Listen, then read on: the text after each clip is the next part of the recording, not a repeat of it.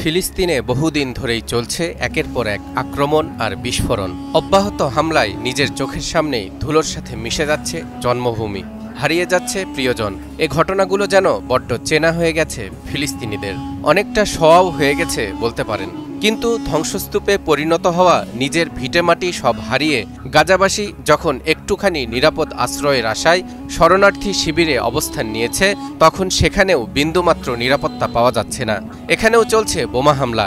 ইতিহাসের নিকৃষ্টতম ও বর্বরোচিত এ হামলায় এখন আকাশেও যেন উঠছে মানুষের লাশ, যা কল্পনাকেও হার মানিয়েছে।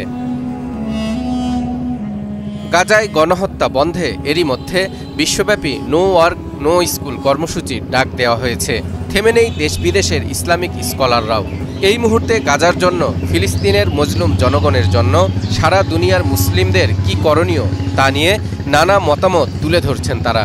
কেউ বলছেন এ যুদ্ধে জয়ী হতে চাইলে মুসলমানদেরকে নিজেদের ঈমান আমলের ব্যাপারে আরও সচেতন হতে হবে। আবার কেউ বলছেন ইসরায়েলকে হারাতে হলে মুসলমানদের জ্ঞানবিজ্ঞানের চর্চায় আরও এগিয়ে যেতে হবে।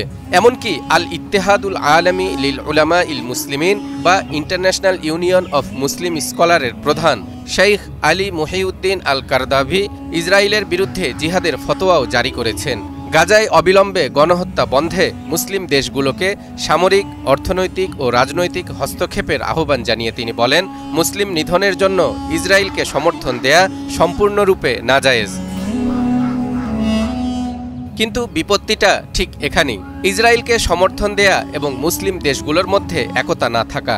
সারা দুনিয়ার মুসলিম দেশগুলো, বিশেষ করে মধ্যপ্রাচ্যের মুসলিম দেশগুলো সামরিক ও অর্থনৈতিক খাতে ইসরায়েল ও তার দোসর যুক্তরাষ্ট্রের উপর পুরোপুরি নির্ভরশীল।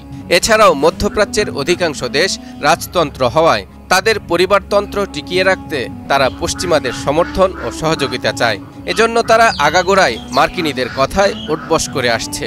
অন্যদিকে ফিলিস্তিনিদের স্বাধিকার আদায়ের প্রশ্নে অতীত যুদ্ধে পরাজয়ের তিক্ত অভিজ্ঞতা আরব দেশগুলোকে অনেকটাই নমনীয় করে রেখেছে। এ কারণেই উত্তর আফ্রিকা ও মধ্যপ্রাচ্যের ২২টি দেশের সমন্বয়ে গঠিত আরব লীগ দেশগুলোর স্বাধীনতা ও সার্বভৌমত্ব রক্ষার ক্ষেত্রে ভূমিকা রাখার কথা থাকলেও ফিলিস্তিন ইস্যুতে এখন তারা নীরব ভূমিকা পালন করছে। তাই সবকিছুকে ছাপিয়ে সারা বিশ্বের শান্তিকামী মানুষের মনে এখন একটাই প্রশ্ন, কবে মুক্ত হবে ফিলিস্তিন? অসংখ্য নবী রাসূলের স্মৃতি বিজড়িত মুলকে শামের এ পুণ্যভূমি কি আর কখনোই স্বাধীনতা ফিরে পাবে না? এ বিষয়ে মুসলমান ও ইহুদিদের ধর্মগ্রন্থে কি কোনো বিবৃতি আছে? হ্যাঁ দর্শক, মুসলমানদের ধর্মগ্রন্থ আল কোরআনে এবং মহানবী সাল্লাল্লাহু আলাইহি ওয়াসাল্লামের বেশ কিছু হাদিসে ফিলিস্তিনের বিজয় সম্পর্কে তথ্য রয়েছে। এমনকি খোদ ইহুদিদের ধর্মগ্রন্থ তালমুদেও ইসরায়েল রাষ্ট্রের পতন সম্পর্কিত ভবিষ্যৎবাণী বর্ণিত হয়েছে। চলুন দেখে আসি। মহান আল্লাহ তাআলা সূরা বনী ইসরাইলের ৪ এবং ৮ নম্বর আয়াতে ইরশাদ করেন, ওয়াকাদাইনা ইলা বনী ইসরাঈলা ফিল কিতাবি লাতুফসিদুন্না ফিল আরদি মাররাতাইনি ওয়া লাতা'লুন্না উলুওয়ান কাবীরা। আমি বনী ইসরাইলকে কিতাবে পরিষ্কার বলে দিয়েছি যে তোমরা পৃথিবীর বুকে দুবার অনর্থ সৃষ্টি করবে এবং অত্যন্ত বড় ধরনের অবাধ্যতায় লিপ্ত হবে। আসা রাব্বুকুম আন ইয়ারহামাকুম ওয়া ইন উদতুম উদনা। হয়তো তোমাদের পালনকর্তা তোমাদের প্রতি অনুগ্রহ করবেন, কিন্তু যদি পুনরায় তদ্রূপ করো আমিও পুনরায় তাই করব। এ দুটো আয়াতের ব্যাখ্যা সম্পর্কে তাফসিরে কুরতুবিতে একটি দীর্ঘ হাদিস বর্ণিত হয়েছে। হযরত হুযায়ফা রাদিয়াল্লাহু তাআলা আনহু বলেন, আমি রাসূলুল্লাহ সাল্লাল্লাহু আলাইহি ওয়াসাল্লামের খেদমতে আরজ করলাম, বাইতুল মুকাদ্দাস আল্লাহ তাআলার কাছে একটি বিরাট মর্যাদা সম্পন্ন মসজিদ। রাসূল সাল্লাল্লাহু আলাইহি ওয়াসাল্লাম বললেন, দুনিয়ার সব গৃহের মধ্যে এটি একটি বৈশিষ্ট্যপূর্ণ মহান গৃহ। এটি আল্লাহ তাআলা সুলাইমান ইবনে দাউদ আলাইহিস সালামের জন্য স্বর্ণ, রৌপ্য, মণিমুক্তা, ইয়াকুত ও জমররদ দ্বারা নির্মাণ করেছিলেন। সুলাইমান আলাইহিস সালাম যখন এর নির্মাণ কাজ আরম্ভ করেন, তখন আল্লাহ তাআলা জিনদের তার আজ্ঞাবহ করে দেন। জিনরা এসব মণিমুক্তা ও স্বর্ণরৌপ্য সংগ্রহ করে মসজিদ নির্মাণ করে। হযরত হুযায়ফা রাদিয়াল্লাহু তাআলা আনহু বলেন, আমি আরজ করলাম, এরপর বাইতুল মুকাদ্দাস থেকে মণিমুক্তা ও স্বর্ণরৌপ্য কোথায় এবং কিভাবে উধাও হয়ে গেল? রাসূলুল্লাহ সাল্লাল্লাহু আলাইহি ওয়াসাল্লাম বললেন, বনি ইসরাইলরা যখন আল্লাহর নাফরমানি করে গুনাহ ও কুকর্মে লিপ্ত হল এবং নবীদেরকে হত্যা করল, তখন আল্লাহ তাআলা তাদের ঘাড়ে ব্যাবিলনের সম্রাট বখতে নসরকে চাপিয়ে দিলেন। বখতে নসরের সৈন্যবাহিনী মসজিদে আকসায় ঢুকে পড়ে পুরুষদের হত্যা, মহিলা ও শিশুদেরকে বন্দী করে এবং বাইতুল মুকাদ্দাসের সমস্ত ধনসম্পদ, স্বর্ণরৌপ্য ও মণিমুক্তা 1,70,000 গাড়িতে বহন করে নিয়ে যায় এবং নিজ দেশের ধনভাণ্ডারে সংরক্ষিত রাখে। বখতে নসর বনি ইসরাইলকে 100 বছর পর্যন্ত লাঞ্ছনা সহকারে নানা রকম কষ্টকর কাজে নিযুক্ত করে রাখে। এভাবে সে ও তার বংশ 700 বছর পর্যন্ত বাইতুল মুকাদ্দাস শাসন করে। فَإِذَا جَاءَ وَعْدُ أُولَاهُمَا بَعَثْنَا عَلَيْكُمْ عِبَادًا لَنَا أُولِي بَأْسٍ شَدِيدٍ। কোরআনের এই আয়াতে এ ঘটনাই বোঝানো হয়েছে। এরপর আল্লাহ তাআলা ইরানের এক সম্রাটকে তার মোকাবেলার জন্য তৈরি করে দেন। সে ব্যাবিলন জয় করে এবং অবশিষ্ট বনি ইসরাইলকে বখতে নসরের বন্দী দশা থেকে মুক্ত করে। বখতে নসর যেসব ধন সম্পদ বাইতুল মুকাদ্দাস থেকে নিয়ে গিয়েছিল, ইরানি বাদশাহ সেগুলোও বাইতুল মুকাদ্দাসে ফেরত পাঠিয়ে দেয়। অতঃপর আল্লাহ তাআলা বনি ইসরাইলকে নির্দেশ দেন, যদি তোমরা আবারও নাফরমানি করো এবং গুনাহর দিকে ফিরে যাও, তবে আমিও পুনরায় হত্যা ও বন্দিত্বের আযাব তোমাদের উপর চাপিয়ে দেব। আসা রব্বুকুম আন ইয়ারহামাকুম ওয়া ইন উদতুম উদনা বলে একথায় বোঝানো হয়েছে। বনি ইসরাইলরা যখন বাইতুল মুকাদ্দাসে ফিরে এলো এবং সমস্ত ধন সম্পদ ও আসবাবপত্র তাদের হস্তগত হয়ে গেল, তখন তারা আবারও পাপ কাজে লিপ্ত হয়ে পড়ল। এবার আল্লাহ তাআলা রোম সম্রাটকে তাদের ঘাড়ে চাপিয়ে দিলেন। ওয়াদুল আখিরতি লিয়াসু উজুহাকুম আয়াতে এ ঘটনায় বোঝানো হয়েছে।